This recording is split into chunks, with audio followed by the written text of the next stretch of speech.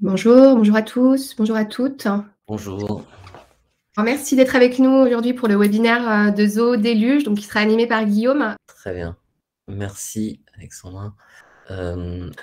Cette présentation a pour objectif de vous présenter un peu ce qu'est Zoho Déluge, vous introduire ce langage de programmation au sein de Zoho. Je prends pour hypothèse que vous connaissez quand même déjà un peu les applications Zoho, et on va voir à quoi sert ce langage de programmation. Et on va aussi faire des cas pratiques. On va directement coder ensemble, en fait, des fonctions assez simples, hein. C'est une introduction, on va pas faire des choses trop compliquées, mais l'idée, c'est vous donner un peu une idée de ce qu'on peut faire avec. Et alors, peut-être que ça va vous donner envie de vous y mettre, mais ça aussi, l'objectif, c'est de vous donner, de vous ouvrir un peu sur les capacités qu'on peut faire d'extension quand on n'arrive pas forcément à faire tout ce qu'on veut avec les fonctionnalités en standard dans Zoho. Voilà, dans l'agenda, il y a vraiment deux parties. Quelques mots d'introduction, ça va être assez rapide. Et puis ensuite, la mise en pratique. Et effectivement, on fera des petits moments de pause. N'hésitez pas à poser vos questions dans le chat au fur et à mesure. Et on fera des petits moments de pause où je répondrai aux différentes questions au fur et à mesure. Donc, Deluge, qu'est-ce que c'est? C'est le langage de programmation de Zoho. C'est-à-dire qu'au sein des applications de Zoho, des nombreuses applications de Zoho, on a quasiment tout le temps la possibilité de rajouter du code. Alors, pourquoi faire du code? Pour pouvoir étendre des logiques métiers. Alors, c'est un langage de script, ça se rapproche un peu de JavaScript, etc. C'est un langage propriétaire de Zoho. On appelle ça souvent aussi, je le présente comme des functions as a service, c'est-à-dire c'est vraiment la possibilité d'utiliser à la demande, en fait, de créer des fonctions à la demande qui vont être appelées au sein des différentes actions qu'on peut déclencher dans les applications Zoho. Et c'est dans toutes les applications Zoho, donc CRM, Books, Desk, Projects, Creator, et puis bien d'autres, Zoho Flow, par exemple. Et là, aujourd'hui, on va prendre un exemple sur Zoho CRM, qui est l'application la plus couramment utilisée, on va dire, et que vous connaissez sans doute. Alors, pourquoi faire? C'est effectivement, le premier objectif, c'est étendre des logiques métiers. On va parler de différents cas, mais aujourd'hui, donc, dans les applications Zoho, il y a énormément de fonctionnalités en standard, des nouvelles fonctionnalités qui arrivent, mais parfois, on a des manques. Il y a des recopies d'informations d'un côté dans un autre, dans un module à un autre, des calculs qui doivent prendre en compte différentes lignes à différents endroits, des générations de documents, etc., qui sont pas forcément standards parce que c'est spécifique à votre métier, à votre processus de vente, etc. On va pouvoir étendre ces logiques et les mettre en place dans des automatisations. Voilà, quand on va appuyer sur un bouton, il y a une action qui a un statut qui va changer, par exemple, d'un élément. Voilà, il y a une donnée qui va changer à un moment, et on va pouvoir déclencher cette nouvelle action que l'on va développer. Autre cas d'usage, c'est des applications tierces, l'intégration d'applications tierces avec Zoho, ou même d'intégration d'applications Zoho entre elles. Si on veut compléter, rajouter des intégrations, et ben on va pouvoir faire du code application tierce, par exemple. Donc ça arrive quand même très fréquemment que à partir d'une action dans CRM, par exemple, on ait besoin de transmettre des informations à une autre application qui est accessible par API avec des API REST, par exemple, et donc on fasse ces appels d'API pour envoyer de la donnée. Voilà, donc ça, typiquement, ce sont des actions que l'on peut faire. Par exemple, on a une intégration avec un système de paiement et on doit générer un lien de paiement qu'on envoie au client, et donc ça, par un système externe qui n'est pas complètement intégré nativement, on va pouvoir faire des appels d'API et ensuite avoir les retours. Donc, quels sont les bénéfices? C'est effectivement, donc, c'est un langage qui est déjà très simple et très puissant. Ça fait partie intégrante de Zoho. C'est-à-dire que c'est pas du code externe. On n'est pas en train de faire du PHP et du JavaScript en dehors qu'il faudra maintenir par ailleurs. Alors évidemment, c'est du code à maintenir, mais néanmoins, ça reste du standard. C'est-à-dire qu'on fait du spécifique pour votre métier, mais dans le standard Zoho. Zoho est prévu pour ça. C'est vraiment Zoho fait, la construction de fonctions, c'est une fonctionnalité à part entière. Et on a un accès simplifié à toutes les API des différentes applications Zoho. On va voir ça. Et donc, ça permet, comme je le disais tout à l'heure, de renforcer l'intégration des différentes applications. Par exemple, on a une synchronisation entre CRM et Books pour l'ensemble des clients. On peut, par exemple, forcer une intégration particulière pour que ça se déclenche automatiquement. Voilà. Et dans Zoho CRM en particulier, à quel moment on va pouvoir... Il y a plusieurs déclencheurs, en fait, pour pouvoir appeler ces fonctions. On peut mettre des boutons à différents endroits. On peut mettre des automatisations avec des workflows. On peut avoir des planifications, c'est-à-dire tous les mois, toutes les semaines, tous les jours, on a une action qui se déclenche. Ça peut être dans des listes associées. Ça peut être aussi une fonction qu'on peut appeler à la main, en fait, ou des signaux ou des règles de validation. C'est-à-dire quand on doit valider certaines données, on peut appeler des fonctions. Donc ça, c'est particulier à CRM, mais on a la même chose dans Books ou dans Desk ou dans Projects dans Recruit. Et là, voilà, donc c'était une petite introduction. Je ne sais pas si, avant de passer au cas pratique, parce que je pense que c'est ce qui est le plus intéressant, si vous avez des questions, n'hésitez pas, en tout cas, toujours à les poser sur le chat. En termes de cas pratique, voilà ce qu'on va faire comme exemple. On va mettre un champ statut. Ça arrive souvent, en fait, que dans le CRM, au niveau du compte, on va vouloir savoir si un compte est prospect ou client. Donc on ajoute ce champ statut au niveau du compte. Et ce même champ, on va vouloir l'avoir directement sur le contact. Pour des questions de visualisation, d'ergonomie, on veut avoir directement, quand on est sur une fiche contact, le champ statut du compte qui apparaît. Et donc évidemment, ce qu'il faut, c'est que ces deux informations, entre le compte et le contact, soient en permanence synchronisées. Donc je vous montre déjà, avant la démonstration, je vous montre un peu les différents cas que l'on va faire. Ce sont 3 petits exercices en fait qu'on va faire ensemble. Donc premièrement, on a un compte qui a un statut qui est soit prospect ou soit client.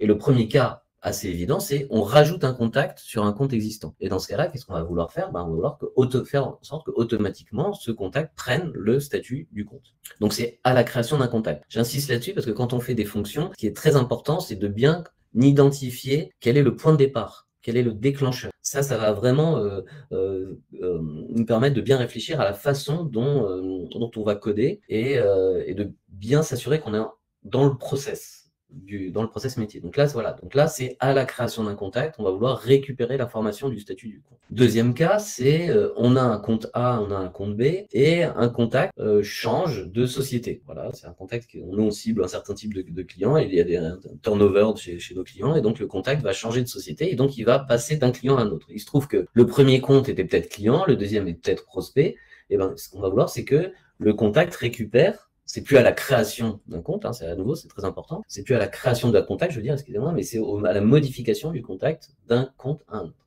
Et le troisième exercice, c'est j'ai un certain nombre de contacts rattachés à mon compte et il passe le compte, une affaire est gagnée, donc ça va modifier le compte en client. Et dans ce cas-là, il faut que le nouveau statut, se propage sur l'ensemble des contacts. Voilà, donc ça fait 3 exemples et on va voir que ça permet d'illustrer assez bien en fait ce qu'on va faire.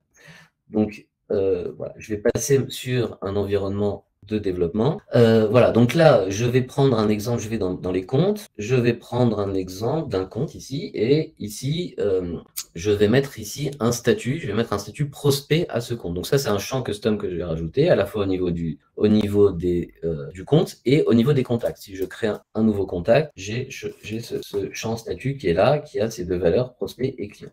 Voilà, alors si vous vous souvenez bien, le premier exercice consiste à dire que si je crée un contact au niveau du compte, je veux récupérer l'information du compte. Alors, on va aller dans la configuration. Il y a plusieurs points d'entrée pour aller créer une fonction, mais je vais le faire dans la logique en fait de ce que je suis en train d'expliquer, c'est-à-dire que je veux déclencher une action automatique à partir du moment où un contact est créé. Donc ça, qu'est-ce que c'est? En fait, c'est une règle de workflow. Donc je vais ici dans les règles de workflow et je vais créer une nouvelle règle. Je crée une règle à partir de contact et je vais mettre un nom de règle, on va dire, je vais l'appeler mise à jour statut contact à la création. Voilà, donc c'est la mise à jour du statut du contact à la création. Donc maintenant, quelle est l'action déclencheur? C'est une action d'enregistrement et là, je choisis uniquement création. On veut pas, c'est pas créer ou modifier, mais on veut pas que ça s'exécute à chaque fois, on veut juste que ça s'exécute quand je crée le contact. Je fais suivant. Et finalement, ici, je peux mettre des conditions, mais là, je veux que ça soit vrai pour tous les contacts. Après, voilà, il peut y avoir d'autres choses. Si on a des contacts, par exemple, de type fournisseur, peut-être qu'on voudrait que ça ne s'exécute pas pour ces contacts-là. Mais là, bon, on va le faire de manière simple, on va le mettre comme ça. Et ici, quelle est l'action que je vais vouloir déclencher? C'est donc une fonction. Donc, j'écris ici et je vais rédiger, je vais cliquer ici sur rédiger vos propres fonctions. Parce que là, c'est une fonction que je n'ai pas encore créée, que je vais écrire, que je vais rédiger, que je vais développer maintenant. Si la fonction a été déjà existante, je la crée ici. Les galeries, ce sont des exemples qui sont proposés, mais en général, qui ne servent pas forcément. Rédiger la fonction, et donc là, je vais donner un nom de fonction. Je vais mettre mise à jour statut contact. Donc là, c'est un nom de fonction qui doit être sans espace, sans accent, etc. Et ça, c'est le nom de la fonction qui va être affiché. Donc ça, on peut mettre quelque chose de plus clair, mise à jour du statut du contact. Et je crée ma fonction. Alors ici, quand je suis ici, il y a déjà un élément très important, c'est la partie argument. Argument, c'est qu'est-ce que la fonction va prendre en entrée? Qu'est-ce qu'elle va utiliser, cette fonction, pour pouvoir mettre à jour, pour pouvoir s'exécuter et faire les différentes actions? Alors, le premier élément qu'on va mettre, c'est il y a puisqu'on part du contact, en fait. Ce qui est important, c'est de savoir quel est le contact. Donc, le premier élément, c'est l'identifiant du contact. Donc, je vais appeler ça contact ID. Alors ensuite, bon, nous, chez Transition, on a quand on développe, on a des normes, des standards qu'on utilise, en fait, des bonnes pratiques, en fait, de nommage, etc. Donc, moi, ma suggestion, c'est d'utiliser des underscores sur les paramètres et de toujours nommer l'objet underscore, et puis ensuite, est-ce que c'est un ID, est-ce que c'est une map, on verra ce que c'est, est-ce que c'est une liste, etc. Et ici, en appuyant sur dièse, on va pouvoir avoir accès aux données, à des données des différents modules à partir desquels on exécute cette fonction. Donc là, par exemple, il se trouve qu'on a démarré notre workflow sur contact, donc en fait, il va me proposer effectivement tout ce qui peut être lié à contact. Donc je peux prendre directement contact, et ici, il me propose l'ensemble des champs de contact, donc il me propose l'ID contact. D'accord? Donc je vais prendre l'ID du contact sur lequel je suis en train d'exécuter la fonction, et je vais le mettre dans ce paramètre, dans cet argument qui s'appelle contact ID. Je peux mettre, alors ça c'est un point assez important, parce que je peux rajouter autant de paramètres que je veux, d'arguments de ma fonction que je veux.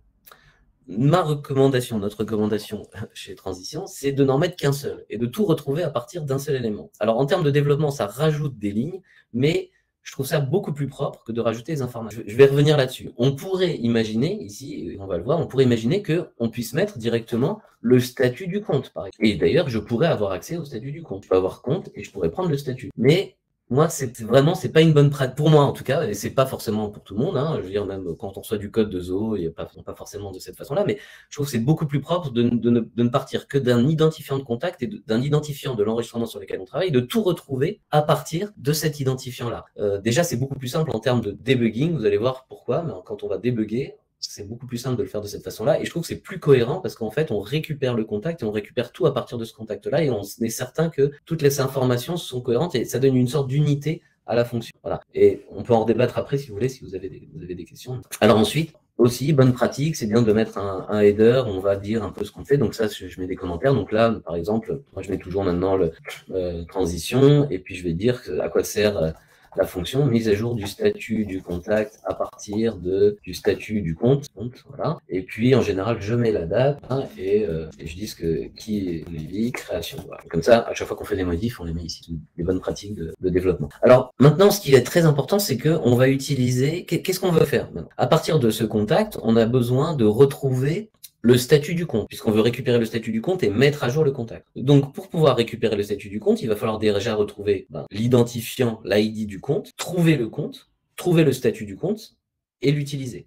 Alors, pour pouvoir faire ça, il va falloir récupérer, là, à ce moment-là, à ce stade-là, on n'a que l'ID du contact, d'accord? Alors, je vais rouvrir une fenêtre. L'ID du contact, je vais repartir sur le contact client Chapman de tout à l'heure. Il y a déjà un contact qui est là. Voilà, le statut est vide pour l'instant.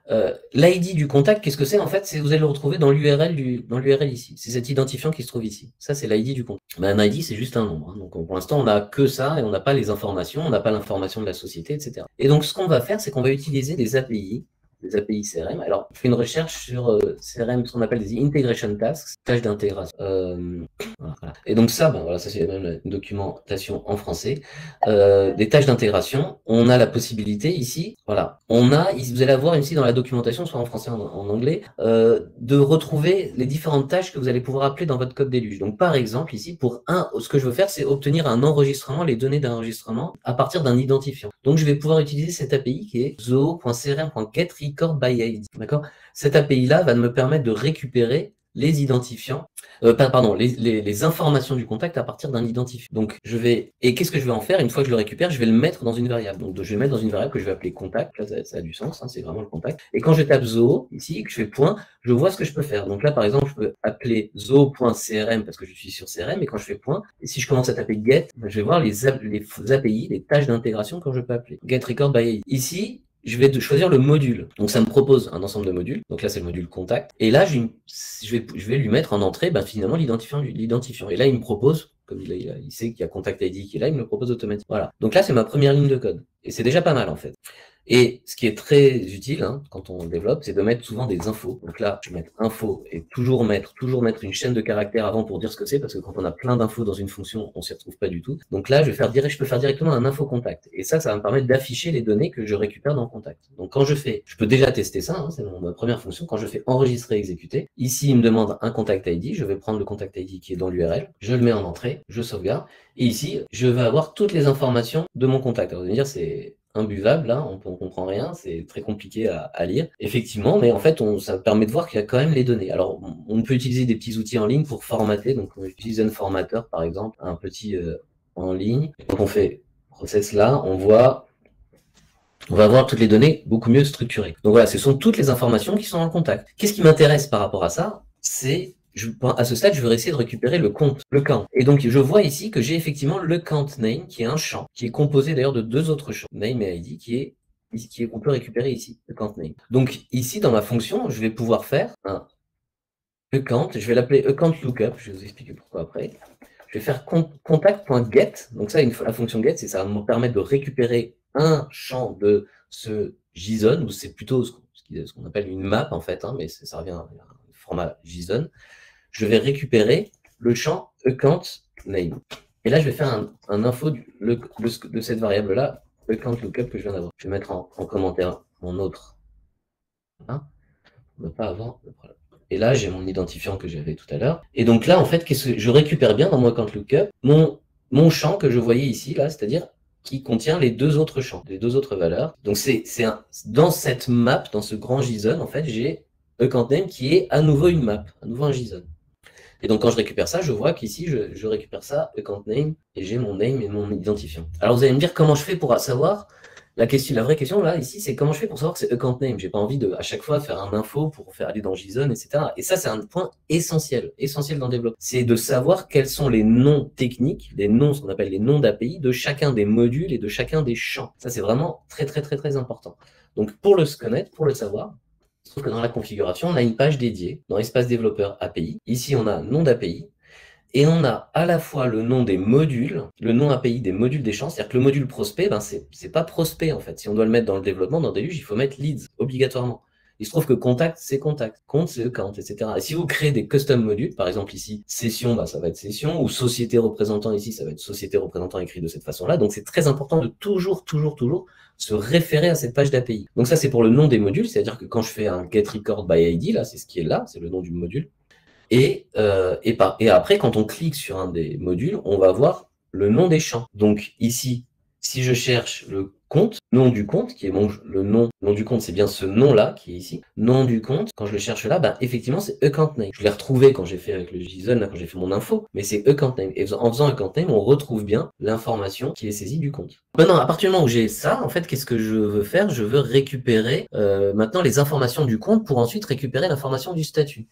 Alors, qu'est-ce que je vais faire? C'est qu'à partir du moment où j'ai un account lookup, alors moi, ce que j'aime bien faire aussi d'une manière générale, c'est toujours, avant de poursuivre, quand je récupère quelque chose, avant de faire une information, avant de faire une autre action sur mon account lookup, c'est de vérifier si c'est vide.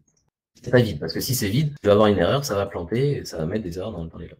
Donc, si mon account lookup est différent de vide, qu'est-ce que je vais faire? Je vais récupérer l'identifiant de mon compte en faisant account lookup.getID. Account lookup.getID, en fait, puisque c'est à nouveau un JSON, en fait, mon account lookup, ce qu'on a vu là, en fait, c'est une map, je vais plutôt appeler une map, c'est le nom dans Zoho, je vais récupérer l'identifiant. Donc, le account ID, c'est ça. Et maintenant, qu'est-ce que je vais faire avec mon account ID? Je vais refaire la même chose que ce que j'ai fait avec mon contact. Je vais pouvoir récupérer mes informations de mon compte. Qu'est-ce que j'ai vu tout à l'heure? Là, ici, je peux sélectionner account, c'était bien le nom d'API. Account, c'est bien le nom d'API du module compte, c'est ce qu'on l'a vu tout à l'heure. Voilà. Et là, qu'est-ce que je fais? Je vais mettre mon account ID ici. Et je peux refaire la même chose, info account, je vais réexécuter ici ma fonction. Donc j'ai laissé mon premier info, et puis là, voilà, j'ai à nouveau mon info account. Alors je peux le remettre dans mon JSON formateur pour revoir les données, mais j'espère que vous avez compris le principe maintenant. Donc là, j'ai l'ensemble de mes données dans cette variable account. Qu'est-ce qui m'intéresse dans cette variable account? C'est le statut. Alors, qu'est-ce que je fais? La bonne démarche, c'est je vais ici dans les API, je vais dans mon module compte, et je vais chercher statut. J'ai de la chance, ça s'écrit, l'API s'écrit exactement de la même façon. C'est normal parce qu'il n'y a pas d'underscore, il n'y a pas d'espace, il n'y a pas d'accent, etc. Donc, et puis c'est un champ que j'ai rajouté moi, donc ça a pris le nom le plus simple, c'est-à-dire le champ. Donc là, à nouveau, ce qu'on a dit tout à l'heure, c'est que là j'ai une map avec plein de champs différents. Et donc moi, je vais vouloir récupérer uniquement la valeur du statut. Donc dans une variable statut, je vais faire un account.get, comme j'ai fait un contact.get tout à l'heure, je vais pouvoir faire account.get statut. Et toujours, je vais afficher, enfin toujours, voilà, en tout cas pour aller quand on va pas à pas, c'est important d'afficher le statut. le résultat de ce qu'on récupère. Je mets mon identifiant ici, je recommence, et là, voilà, c'est magique, je vois bien que j'ai prospect ici. Et maintenant, qu'est-ce que je vais vouloir faire? Je vais pouvoir mettre à jour le contact avec ce champ statut. Alors là, en fait, pour pouvoir mettre à jour, on va utiliser une autre API qui est mettre à jour des enregistrements. Et donc, j'ai une API qui s'appelle zoo.crm.updateRecord. UpdateRecord, en fait, va prendre plusieurs paramètres. C'est un module, évidemment, c'est le module contact, un identifiant, bah, c'est le contact qu'on veut mettre à jour, et ce qu'on appelle donc une map. De la même façon qu'on récupère des maps quand on fait des get, quand on va vouloir faire des mises à jour, on va créer une map, c'est très simple, et on va mettre dans cette map l'ensemble des informations qu'on va vouloir mettre à jour. Et on peut mettre dans une map, on peut en mettre plusieurs. On peut faire une mise à jour de plusieurs champs en une fois.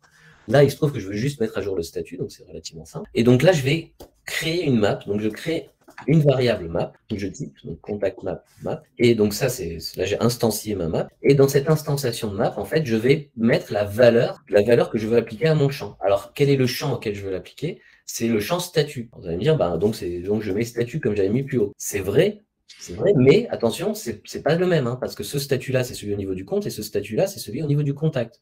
Donc, si on veut être vraiment très rigoureux, et je pense qu'il faut l'être dans tous les cas, parce que c'est comme ça qu'on se plante quand on crée des fonctions, et on peut passer du temps à chercher, mais pourquoi ça ne met pas à jour, etc. Et là, en fait, il faut que je change de module, et je cherche mon champ statut. Ah, bah, il se trouve que c'est le même, il se trouve que c'est la même chose. Il s'écrit de la même façon, donc tant mieux, mais on ne sait jamais s'il avait été renommé, oui, parce que ce qui est un point important sur ces champs d'API, c'est que quand on crée un champ, ça va mettre une valeur sur l'API, et si demain vous changez en fait le libellé de ce champ-là, ce qui arrive très fréquemment, mais en fait, le nom d'API, lui, ne va pas changer.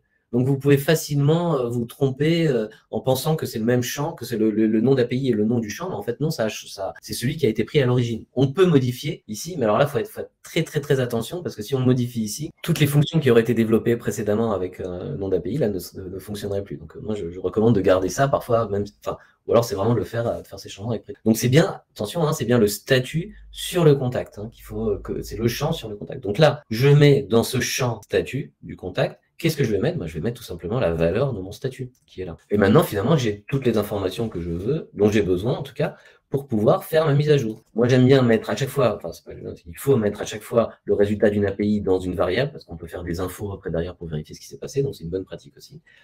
Donc là, je fais zo.crm.updateRecord. Je retrouve les trois paramètres de mon API que je vous ai montré tout à l'heure dans la documentation. Donc je veux mettre à jour quoi? Contact. Quel est l'identifiant du contact? Ben, c'est contact ID, hein, c'est même ce que j'ai en paramètre ici. Et ensuite, key value, là, c'est une map. Et qu'est-ce que je mets dans la map? Et voilà. Et je peux faire ici un info update contact. Guillaume, est-ce que tu peux réexpliquer la notion de map, s'il te plaît? Oui, ok, très bien. En fait, donc là, on a différents types de variables qu'on utilise dans nos fonctions. On peut avoir des ID, on peut avoir des listes, des nombres, etc., etc. Une map, c'est un type de variable. Donc, d'ailleurs, je vais faire une recherche, je vais faire zoo déluge et je vais mettre map. Je vais chercher, voilà. Là, j'ai des fonctions qui permettent de manipuler des maps. Donc, les maps, c'est un certain type de variable qui comprend des listes de clés valeurs. C'est-à-dire que ça contient, on va avoir un élément avec sa valeur. C'est comme si on avait un champ avec sa valeur, un champ avec sa valeur, un champ avec sa valeur. C'est ce qu'on appelle une clé avec la valeur correspondante. Et donc là, par exemple, tout à l'heure, quand j'ai fait un info de mon contact, en fait, donc on appelle communément en développement un format JSON, en fait, qui est aussi un ensemble clé-valeur.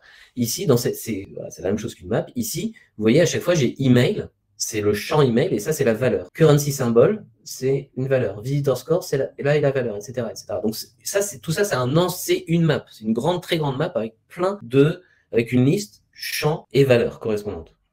Il se trouve qu'une map peut contenir d'autres maps. Donc là, cette map contact contient owner qui est lui-même une map qui contient en dessous champ, valeur, champ, valeur, champ, valeur. Donc vraiment, on peut avoir quelque chose d'assez complexe, hein, parce que ça peut être en cascade. Et donc, quand on fait des get d'un objet, on récupère des maps, et ça nous permet ensuite de faire un get sur un élément. Donc tout à l'heure, j'avais la map de l'account, et donc j'ai fait account.getStatut pour récupérer uniquement la valeur du statut. Et quand on va faire des updates, on va aussi construire des maps avec justement cette notion de champ et valeur pour pouvoir mettre à jour le champ en question. Voilà. Mettez-moi dans le commentaire si c'est assez clair ou pas. Sinon, je recommence, ou si vous avez une question plus précise, mais voilà. Donc c'est une map, c'est un type de variable qui contient une liste d'éléments qui sont un champ, un attribut, voilà, un attribut et la valeur correspondant à l'attribut.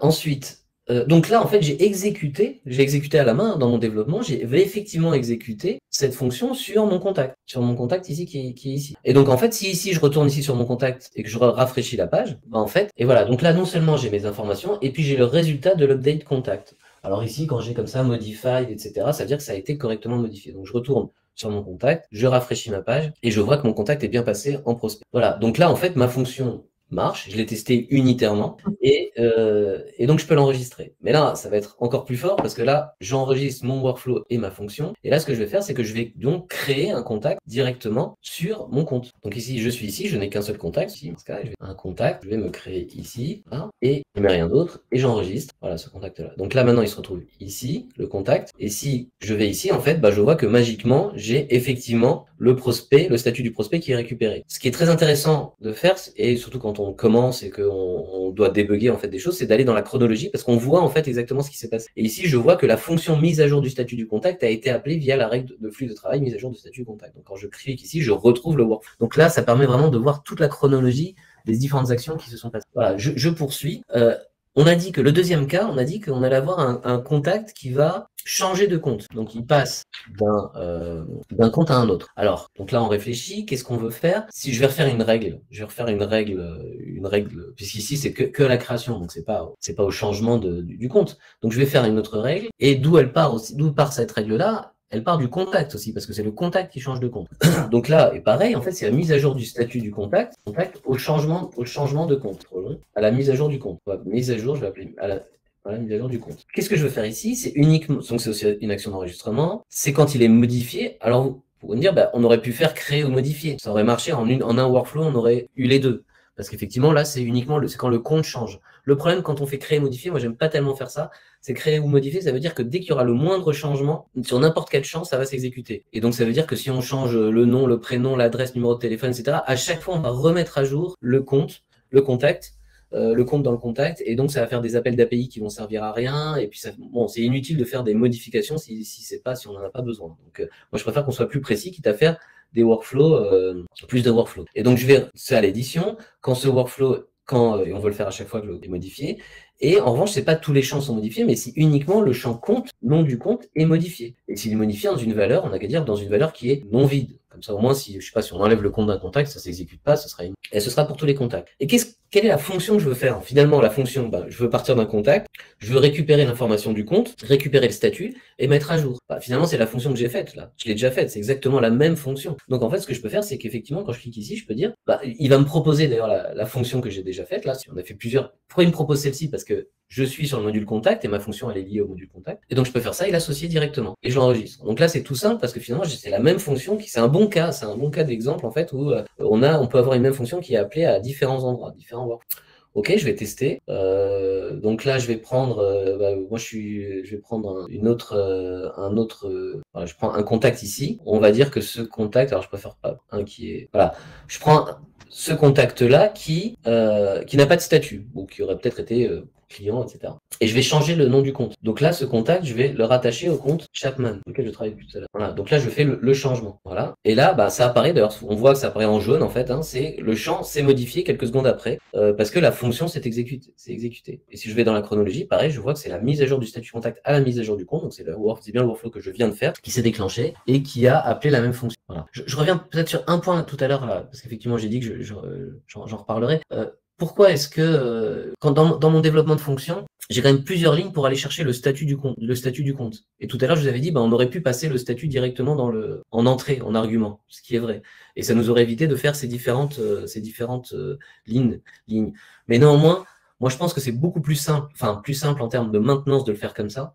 Parce que typiquement, quand vous faites enregistrer, exécuter, si vous avez plusieurs paramètres, ça veut dire qu'à chaque fois, il va falloir que vous remettiez tous les paramètres. Et vous n'êtes pas à l'abri d'une erreur, de ne pas avoir mis la bonne valeur. Et c'est très contraignant d'avoir plusieurs paramètres à mettre. Là, au moins, je suis sûr que je mets un identifiant de contact et je récupère tout à partir de cet identifiant de contact. Donc le statut, je suis sûr que je vais récupérer le bon statut parce que c'est celui qui est rattaché au compte auquel est rattaché le contact. J'ai pas de doute. Et en plus, ça permet, si on doit utiliser cette fonction ailleurs ou si on doit finalement changer pour mettre sur un bouton, etc., de ne pas avoir à se poser de questions. Tout est véritablement à partir d'un seul identifiant, d'un seul élément, d'une seule enregistrement dans le CRM. Donc voilà, je pense que c'est vraiment important à garder en tête. En tout cas, c'est quelque chose que nous, on applique transition de manière très stricte. Parce qu'en fait, effectivement, pour débugger, c'est beaucoup. Là, évidemment, ce sont des fonctions relativement simples, mais quand on a des fonctions qui font 200, 300, 400 lignes, ça peut devenir très compliqué. Alors maintenant, où est-ce qu'on en est? On a fait le deuxième exercice, on est d'accord, hein, on n'a même pas eu besoin de développer une autre fonction. Troisième exercice, c'est, là maintenant, il se trouve que, vous voyez ici dans la liste associée, j'ai affiché ici le statut. Hein, donc là, j'ai 3 contacts, ils sont tous prospects. Et maintenant, ce que je veux, c'est, quand je change, quand il devient client, là, j'ai envie, même si je rafraîchis, là, j'ai envie que tous mes contacts passent en client, et là, il reste prospect. Donc ça va pas du tout. Donc maintenant, on va faire une autre fonction, un tout petit peu plus compliquée, qui permet de réaliser cette action. Alors pareil, je me pose la question, je vais dans mes workflows et je me dis, quel est le point de départ, quelle est l'action de départ? Là, à ce moment-là, c'est le compte qui change de statut. Donc c'est peut-être parce qu'une affaire a été modifiée, d'ailleurs ça marcherait si on faisait un enchaînement, si on a un workflow, lorsqu'une affaire est gagnée, on met à jour le compte, le statut du compte, on peut faire en sorte que ça déclenche effectivement cette action qu'on veut exécuter maintenant. Donc nous, quand on crée une règle, ici on va partir de compte, en fait. C'est vraiment à partir de là que l'action se déclenche. Et qu'est-ce que je vais dire? Je vais mettre mise à jour du statut de tous les contacts. C'est ça ce qu'on veut faire, c'est mettre à jour le statut de tous les contacts rattachés au compte. Ça, c'est une action d'enregistrement. C'est pas la création, hein. On va supposer que de toute façon, c'est pas la création, parce que si c'était la création, il n'y aurait pas de contact, hein. Donc voilà. Et je veux répéter tout le temps cette action-là. Et là, c'est uniquement quand le champ statut est modifié en n'importe quelle valeur, on va dire non vide aussi, tant qu'à faire. Si ça passe en vide, on pourrait se dire que si ça passe en vide, on veut aussi que ça passe en vide. Mais bon, enfin voilà, on peut surtout faire en sorte que le statut soit pas vide. C'est ça qui sera la bonne pratique. Et pareil, c'est pour tous les comptes. On pourrait même se dire qu'un client, peut-être client qui repasse prospect, pourquoi pas, hein, c'est possible. On peut imaginer. Souvent, en fait, quand sur le statut du compte, on fait souvent client, prospect, client et peut-être client inactif. C'est-à-dire au bout d'un certain temps, il va passer en ligne. Là, on a simplifié en ayant juste 2 statuts. Je recommence comme tout à l'heure, hein, et là je vais rédiger ma fonction puisqu'elle n'existe pas. Hein. Et là je vais mettre mise à jour, statut, tout contact, mise à jour. Le nommage est assez important. Du statut de tous les contacts rattachés. Voilà. Et dans mes arguments ici, qu'est-ce que je vais faire? Je vais donner je vais mettre le point de départ, à nouveau comme tout à l'heure. Hein. Moi je me pose pas de questions. C'est sur un module, je prends l'identifiant du module. Donc là je vais mettre compte ID. Et en tapant dièse, je vais trouver mon compte et mon ID. À nouveau, je pourrais passer directement le statut, mais moi, j'ai pas envie de m'embêter. Le statut, je vais le retrouver. C'est 2 lignes de code en plus, mais je vais le retrouver direct. Je mets mon header, mise à jour de tous les contacts du statut. On va dire du statut de tous les contacts attachés au compte. Et donc voilà, je fais vraiment comme la bonne pratique. Voilà. Et donc, qu'est-ce que je fais au départ? Je vais avoir besoin de récupérer le statut du compte. Donc, pour pouvoir récupérer le statut du compte, il va falloir que je récupère la map, l'enregistrement complet, c'est-à-dire la map qui me donne l'ensemble des éléments. Donc, qu'est-ce que je vais faire? Déjà, je vais faire un compte. Je vais mettre ça dans une compte qui va être égal à zoo.crm. Et là, je fais mon get record by ID sur le compte et je vais mettre le compte, l'ID du compte. Et je peux mettre mon info compte, c'est un plus parce que c'est comme si c'était 2 chaînes de caractères. Donc, je récupère mon compte qui est là. Je récupère mon identifiant dans l'URL et je le mets là. Et là, j'ai bien les informations de mon compte. Et de la même façon, je vais récupérer le statut du compte. Donc, je fais compte.get. Donc, ça, c'est pour récupérer un attribut de ma map. Et je peux faire info, statut. Et il est bien prospect. D'accord? Donc, maintenant, qu'est-ce que je veux faire avec ce statut? Je vais vouloir mettre à jour tous les contacts. Alors, comment je vais pouvoir récupérer facilement tous les contacts? Et c'est là où il faut se retourner dans la doc pour retrouver les tâches d'intégration et voir qu'est-ce qui pourrait nous être utile. Parfois, on va être peut-être un peu coincé parce qu'on va pas trouver exactement ce qu'on veut, il faut trouver des petites astuces. Bon, dans ce cas-là, je sais que je vais trouver. Hein. Mais qu'est-ce que je veux faire, en fait, ici? Je veux vouloir mettre à jour l'ensemble des contacts rattachés au compte. Qu'est-ce que c'est, en fait? C'est l'ensemble de ce qu'on appelle les listes associées, les related lists en anglais, dans les API. Et donc, ici, en fait, qu'est-ce que je veux voir? Ce sont les listes associées, les enregistrements associés. En fait, j'ai effectivement exactement ça. Alors, j'ai mettre à jour et j'ai obtenir ou mettre à jour. Alors, d'ailleurs, je vais pas le faire avec ça parce que c'est pas l'habitude que j'ai parce que elle est relativement récente. Je vais vous montrer autre chose pour que ce soit un petit peu plus intéressant. Je vais vouloir récupérer, je vais obtenir des enregistrements de la liste associée. En fait, on a une API qui s'appelle getRelatedRecords qui va me permettre de récupérer l'ensemble des contacts, des listes associées. Il y a effectivement l'API d'update, mais voilà, pour l'exercice, je vous le fais un tout petit peu différemment.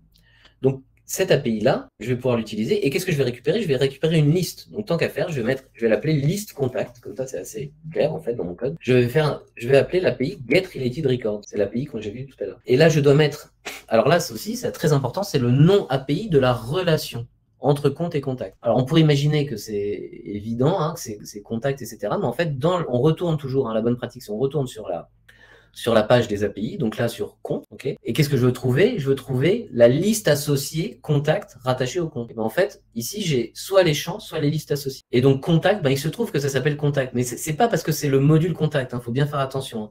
C'est pas parce que c'est le module contact, c'est parce que c'est le nom de la liste associée contact, la liste associée au compte. Ça, dans certains cas, ça peut être différent. En particulier, quand on crée des custom modules, on peut avoir des choses différentes. D'accord? Donc là, c'est bien contact, c'est le même nom, mais de la chance, mais c'est pas forcément le même. Donc là, le relation name, c'est contact, c'est la liste de relations. Et quel est le module parent? Je suppose que vous avez compris, le module parent, c'est le module account.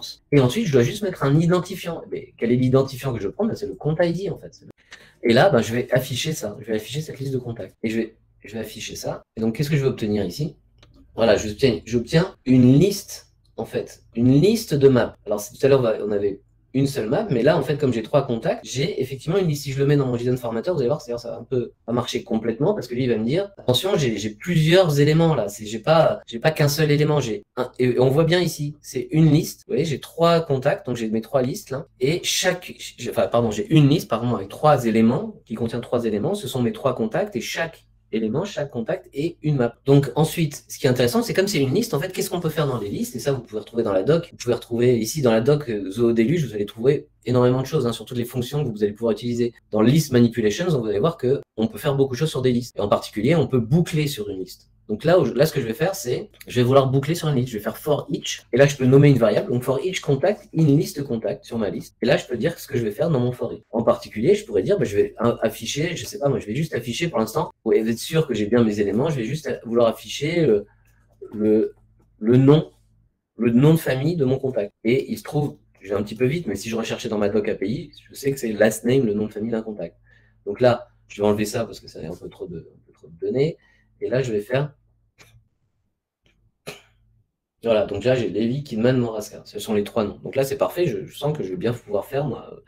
Et ce que je peux faire là, c'est. Alors, il y a plusieurs façons de le faire, mais on va dire que là, je vais faire une mise à jour contact par contact. On pourrait faire un update en masse. On pourrait faire un update du related records, là, qu'on a vu tout à l'heure. Mais là, on va faire un update contact par contact. Alors, qu'est-ce que je dois faire pour faire un update? Si vous vous souvenez de ce que j'ai fait tout à l'heure, c'est je dois créer une map où je vais mettre la nouvelle valeur du statut dans cette map. Donc, je vais faire contact map. Je vais mettre dans ma map, je vais mettre la valeur du statut. D'accord? Donc, ça, c'est le champ statut du contact. Et qu'est-ce que je vais lui mettre? Je vais lui mettre le statut qui est là. Voilà. Et en fait, maintenant, je vais avoir tous les éléments. Pourquoi? Parce que je vais pouvoir faire un update contact. Update record. Qu'est-ce que je veux updater? Le module contact. Quel est l'identifiant du contact? Alors là, effectivement, l'identifiant, il va être dans la map ici, de la manière que j'ai récupéré le last name ici. En fait, je vais pouvoir récupérer l'identifiant de mon contact. Et en fait, comment je fais si j'ai un doute? Je peux le chercher dans la doc ou ici tout à l'heure là dans mon JSON là. En fait, tout le temps, dans tous les modules, vous allez trouver un ID. Ça s'écrit juste ID et c'est l'identifiant correspondant. C'est toujours l'identifiant qui est en haut dans l'URL. Donc ça, c'est l'identifiant qui est là. Donc, je vais pouvoir faire un contact.getID puisqu'il est directement ici accessible à la racine de. D'accord, c'est bien à la racine de ma map. Voilà, contact ID. Et qu'est-ce que je lui mets comme information dans la map? Je lui mets ça. La map qui va pouvoir permettre de mettre à jour. Et je peux faire même un info update contact si j'ai envie. Et là, je me rends compte d'une petite chose, mais je voulais le faire pour montrer, en fait, c'est que là, en fait, c'est contact map et contact statut. Finalement, pour tous mes contacts, c'est exactement la même chose. Je vais toujours c'est toujours la même map que je vais mettre là. Donc, en fait, ça, c'est inutile de le mettre dans le for each. Pas vraiment de conséquences, mais quand on veut optimiser son code, effectivement, on peut le mettre en dehors du for each. Parce que là, je vais toujours même mettre la même valeur. C'est pas une valeur qui dépend du contact, cette valeur-là, elle dépend du compte. Si on avait des choses qui dépendaient du contact, ce serait différent, il faudrait mettre dans le for each. Mais là, finalement, j'ai juste besoin de ça. Et je vais être un peu joueur parce que là, il me reste pas beaucoup de temps. J'enregistre ici. Et ce que je vais faire, c'est que je vais le faire directement ici. Donc là, je suis sur mon compte. Je vais le passer en client. Voilà. Ici, je peux regarder dans la chronologie. Je vois que la action à venir, mais ça va être très rapide. Donc l'action, en tout cas, se déclenche. La fonction s'est déclenchée. Donc maintenant, si je descends sur mes contacts, d'ailleurs là, ils sont pas tous mis à jour, mais je vais rafraîchir. Je vois que tous mes contacts sont passés en client. Donc là, ça a bien fonctionné. Ça a bien mis à jour. Et ça, c'est vrai dans un sens ou dans l'autre. D'ailleurs, si je repasse en prospect, si je rafraîchis la page ici, voilà, ils sont tous passés en prospect. Ça a marché. Voilà. Et donc, juste pour terminer ici la présentation, en fait, voilà, ici, c'était des cas très simples, mais on a donné ici d'autres exemples d'autres cas d'usage. Donc sur des calculs, par exemple, avec des données qui sont réparties dans plein de modules. Création automatique d'un devis dans Books. Ça, on le fait très souvent à partir des données dans CRM. On ajoute des produits, des prestations dans CRM dans une affaire et on crée un devis. Forcer une synchronisation immédiate d'un client de CRM vers Books, on en a parlé. Génération d'un projet Zoho Projects lorsqu'une affaire est gagnée. Génération dynamique d'un document writer, envoi pour signature par Zoho Sign. Ça aussi, c'est quelque chose qu'on fait très régulièrement. Et d'ailleurs, le webinaire de la semaine prochaine va en particulier montrer ça. La semaine prochaine, on verra un process complet d'à partir d'une saisie d'un formulaire, création d'un CRM, enfin vraiment la combinaison de tous les outils Zoho One, et en particulier ce type de choses qui sont vraiment très intéressantes quand on veut générer un contrat, l'envoyer pour signature électronique en un clic, et des intégrations avec des systèmes externes, valider une adresse email par un système externe pour vérifier que c'est une vraie email adresse, une vraie adresse email par exemple qui existe. Récupération automatique d'une région à partir d'un code postal avec une API externe, création d'un client dans un système comptable externe, etc. Après, la limite, c'est uniquement votre imagination et vos besoins. Voilà. Voilà, on arrive à l'heure, mais voilà, si vous avez des questions, en tout cas, n'hésitez pas. Peut-être quelques questions pour clôturer du coup. Donc la question, c'est est-ce que chaque appel a une fonction Zoho.crm. quelque chose déduit une unité dans le nombre d'appels d'API autorisés sur la journée, ou est-ce uniquement l'appel à la fonction principale qui est déduit? Les deux. C'est-à-dire qu'en fait, ici, on a dans les API, enfin Zoho.crm. quelque chose déduit un nombre d'appels de crédit d'API de la journée. Alors on peut en racheter, mais effectivement, c'est un point extrêmement important. Donc c'est ici. Et l'appel de la fonction déduit des appels de la fonction ici. Donc une fonction, c'est un crédit, et un appel d'API, il y a aussi un crédit pour l'appel d'API. C'est effectivement, si dans une fonction on a 3.zo.crm. quelque chose, en fait ça va décompter 3 crédits sur les appels d'API. Très important effectivement. On peut en racheter simplement ici en rajoutant les crédits. C'est pas très coûteux par jour, là, centimes euros, etc. Mais il faut quand même le prévoir, surtout quand on fait des mises à jour en masse ou des actions de migration, d'intégration, etc. C'est un point important. Super. Ensuite, le fait de mettre à jour en masse un champ dans compte ne va pas activer le premier workflow vu ici. On peut s'affranchir du deuxième workflow. Alors en fait, on peut faire en sorte que les workflows déclenchent. Si j'ai par exemple, si on a des modules qui sont distincts, si une affaire par exemple met à jour un compte avec une mise à jour de champ, ça va déclencher le workflow. Si on fait des mises à jour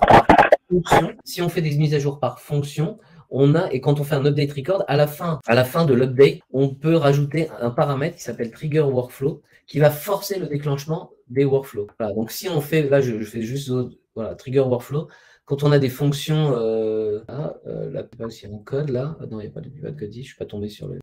En tout cas, si vous rajoutez ça à la fin, si vous rajoutez trigger workflow à la fin de vos create record ou update record, ça va déclencher les workflows. En fait, Zoho fait attention à ce qu'il n'y ait pas de boucle infinie. C'est-à-dire que s'il y a un module qui est mis à jour et que ça met à jour un champ qui lui-même redéclenche la même fonction, là, ça va bloquer. Donc c'est pour ça que par défaut, quand on fait des mises à jour sur un même module, ça ne déclenche pas les workflows et il faut rajouter le trigger workflow pour forcer le déclenchement.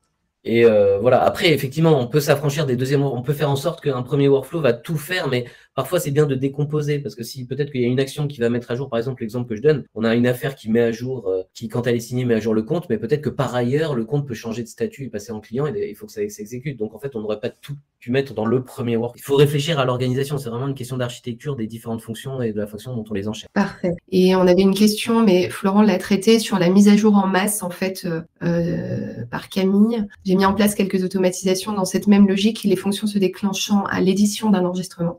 Avez-vous une petite astuce pour mettre à jour en masse tous les enregistrements du CRM? Donc, Florent a apporté quelques éléments de réponse. Je ne sais pas si tu veux. Non, alors effectivement, c'est avec, je suppose que avec une mise à jour, avec un champ, peut-être un champ supplémentaire, une petite case à cocher pour déclencher des actions. Enfin, si j'ai bien compris le.